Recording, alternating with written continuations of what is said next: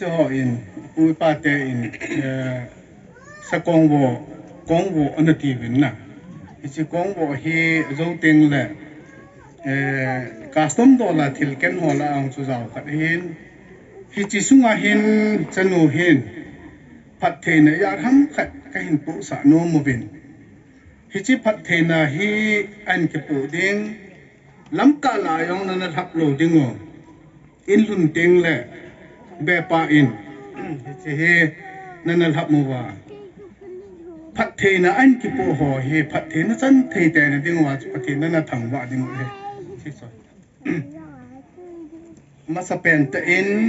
ka chanu kain ken pi no mo he hi le ama sa pen in ti dam lu dam ken pi no mo win ti dam lu dam ki ti hi chang khana ki se hi ni pu pan hi rong le phat the na hi ti dam ma ding in hi chi kan koi pi he abana lu dam ma ding in hi chi he phat the na kan pi he abana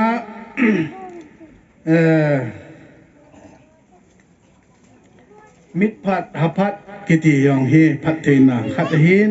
ichinat ichi mit phat na hin ichi hi aphat na hi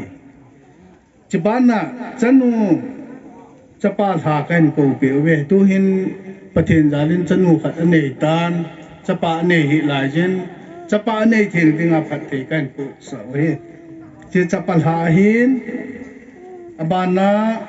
ichi chanu tha hi abanin sumtha silha kan pu sanom we hichi sumtha hin abana chikan pu sa hi silha hi abanin mimtha changtha kan pu sanom wen hichi mimtha hin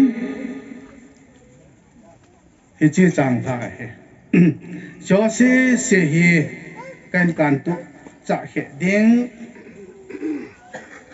lam ki ma yong na thap lo de in hun teng la yo teng la hong hong sun ipi ai do on la bom ai do ti ge nu na te he chi pakaya ko na phat the kilo son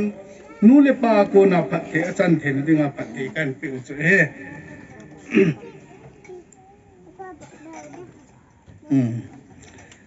tu nang tu win lang chi na ki choi